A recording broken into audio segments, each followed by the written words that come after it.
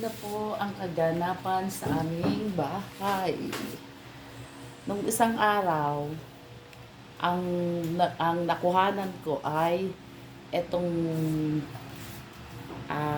wall. Ano pangalan? Ano nga ito? Nakalimutan na tuloy. Wall panel.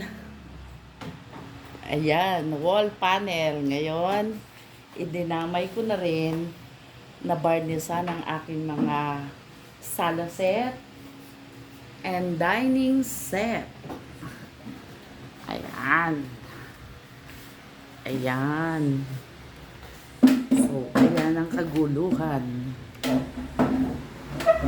Magulo siya. Konti pa. Ilan pa yung hindi nababarnisan? Isa na lang. Bali, dalawa po, ma'am. Dalawa? Ito sa kayo nandun sa taas na ano. Ganun. Iyan, hindi naman eh, no? Hindi.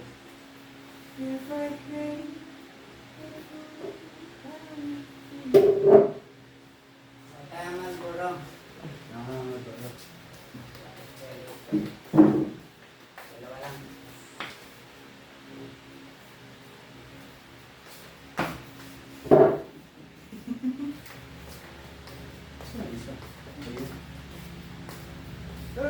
So, ayan. Dito tayo ngayon. Ayan. Ayan.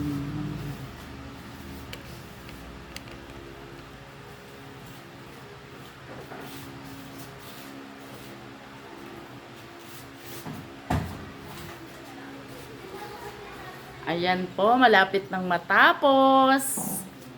Konting push na lang, matatapos na.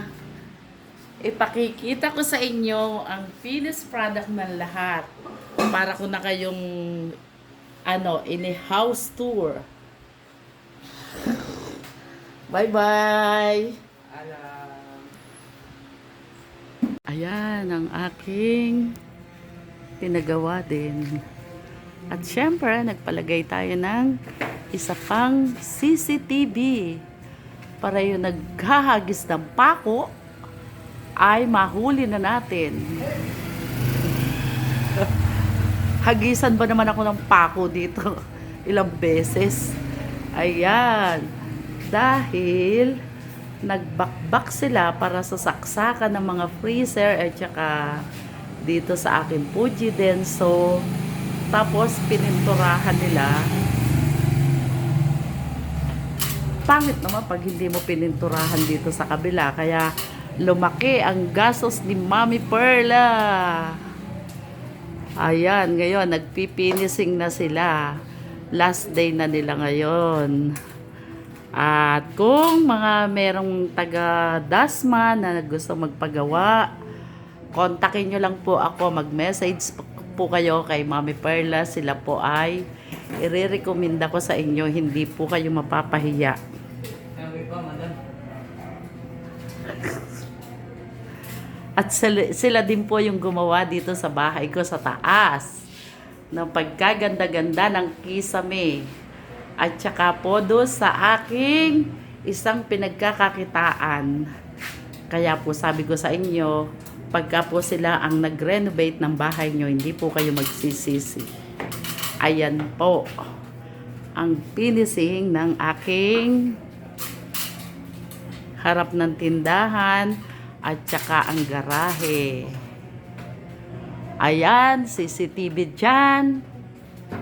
At CCTV din dito sa kabila. Para pagka may bibili, makikita mo. Kung may magbubukas ng Fuji Denso, makikita din. Huli.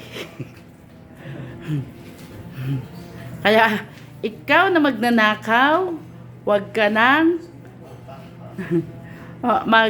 mag-try. Dahil kulungan ang kalalagyan mo. Ayan po.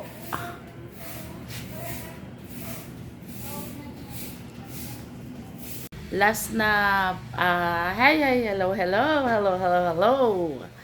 Last na video ko, sabi ko, i-reveal ko na ang aking renovation ng aking sala.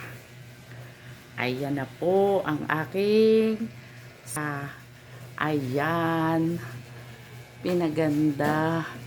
Ayan, pinailaw. Tapos, ayan na po. Ayan na po ang finished product ng aking wall panel. Wall panel po yan. Dahil mahal po yung nabibili sa Wilcon, ang ginawa ko po ay nagpa-DIY ako. Kahoy ang ginamit ko. Ayan. Kahoy po yan. Kahoy po yan. Hindi po ako bumili ng plastic. Kaya yan. Yan po ang kinalabasan ng aking renovation na inabot yata to ng 1 buwan.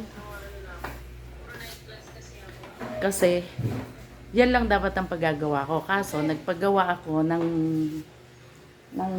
saksakan doon sa garahe para doon sa aking mga freezer. Tapos nagpadagdag nga ng CCTV.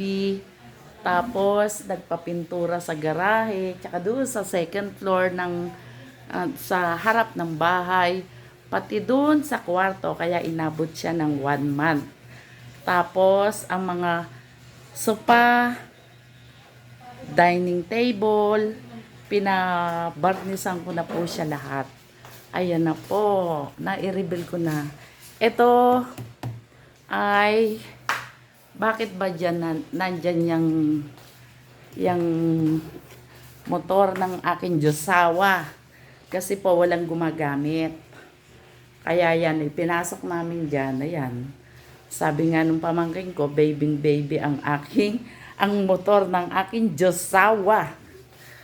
Ayan, ayan na po ang aking new renovation. Barnis po lahat ang pinagamit ko dyan sa aking mga kahoy-kahoy na yan. Nara naman kasi. Kaya ayun.